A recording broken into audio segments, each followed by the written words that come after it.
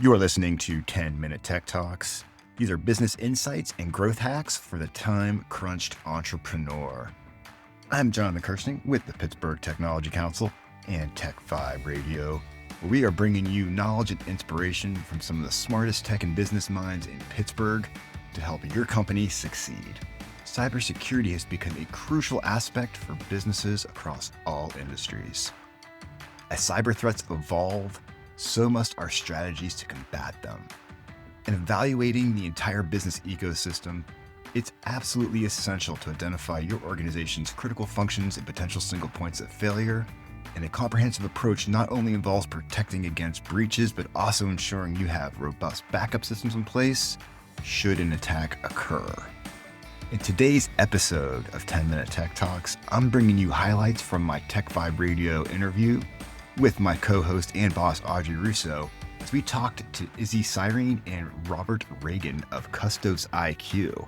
If you don't know Custos, they are one of Pittsburgh's top cybersecurity firms, working with companies large and small to deploy custom cyber solutions and strategies that evolve with the company. If you keep on listening, we're going to get insights on phishing as a service and the new twisted threats phishing attacks pose for your company. Plus, we're going to give you a simple way to guard against them. So let's jump into the action with Izzy and Robert. And if you want to listen to the full episode, of course, we have links in the description so you can nerd out on TechVibe Radio. In the meantime, let's get the show on the road. So we approach cybersecurity by evaluating your entire business ecosystem. So we look at all of your critical functions. What do you need to keep your business running? A lot of times when we talk to the C-suite, we're like, hey, what happens when your payroll server goes down? What happens when your SCADA system goes down? And a lot of times we get the blank stare. So we not only help you assist you with your cybersecurity, but we also help you evaluate your any single point of failure in your environment. And the big thing that we really push is backup. You need to have a good backup because if for some reason or other you are hacked and you get cryptoed, either you're paying the ransomware and hopefully you get a key to uncrypto yourself, or you need a good backup that you can use to restore your information. First time I heard cryptoed as a verb. There's so many verbs. Well, it is a verb, Jonathan. I used to say I've been hacked, but no, you've been cryptoed. That's what it's going to lead to. Oh my goodness. And so this evolution of your company to the C-suite, that's a recent evolution, right? So probably the most popular platform that is out there for phishing as a service is called Darkula. So not Dracula, it's called Darkula. Darkula. I'm taking notes, Audrey. Darkula is like a phishing kit. It's been caught attacking in over 100 countries.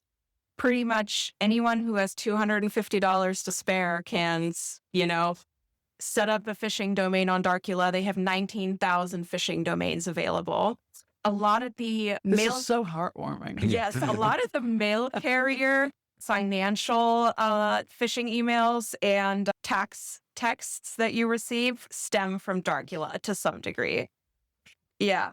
And so a lot of times when you get those scams, they stem from Darkula. You mean the ones that say, hi, honey? Yes. How are you today? Or How you for doing? example, the big one that, I think a lot of people recently saw was the toll text messages. Yeah. That's a Oh my Darkula God, thing. I got a bunch of those. And the way Darkula functions, it comes in through iMessage. So it circumvents the SMS firewall that usually is up.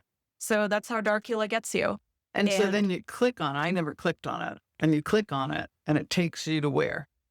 It'll take you to wherever your phishing kit installer wants you to go. Yeah. So But on iMessage, it's not protected. It might have a link. financial It institution. has a link. There are certainly technologies out there and people are going to have to start to install this stuff on their cell phones because it's another attack surface these days. Wow. Especially because people are using cell phones for things like Transaction. MFA, right? Right. Multi-factor authentication, multi-factor, right? You get either a text message from someone. I did. So what should we be using? There are a number of developing products out there that are available. We can certainly go down the list with you for interest, but there's some stuff from SentinelOne and a few others out there that. So there are products that if you look into it, you can actually, protect yourself. if you're an AT&T subscriber, they actually have a pretty nice little piece of software that will protect from a lot of that. Oh, nice. Again, a lot of it's not 100%, but it's also a crowdsourced type thing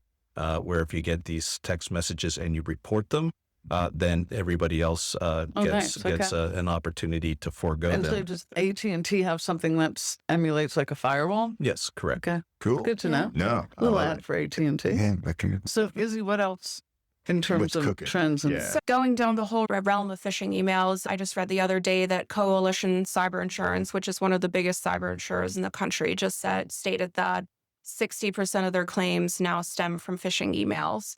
And the average cost of a phishing email related claim is $35,000.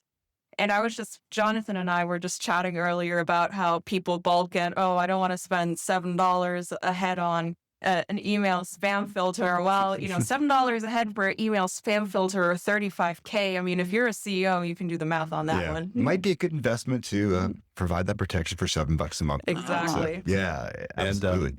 And actually, the other stat that I have is 91% of all successful breaches begin with phishing. And so what's a phishing email? Tell us what that So is. a phishing email is going to ask you for some information that someone is going to collect. It could be something as simple as your username and password to your bank account to, maybe they'll collect your dog's name or some other personal piece of information to you, and then would use that later on. Try to hack you based on how they can accelerate how fast they can get your password based on those things. That is correct. Yeah. So Coalition, for example, they said that 30% of those phishing emails are in nature of funds transfer fraud, so FTF. So that means they're just looking to transfer funds out of your account. So they're looking for your banking information. Yeah, it's crazy. It's just a crazy world out there. We have new content dropping at least once a week. And for feeling frisky, it might be 2 times a week. It all depends. But there's a lot going on here, and we love educating you, giving you some inspiration along the way, having a good time, and most importantly, helping you succeed. Once again, it's been Jonathan Kersting with the Pittsburgh Technology Council and TechVibe Radio.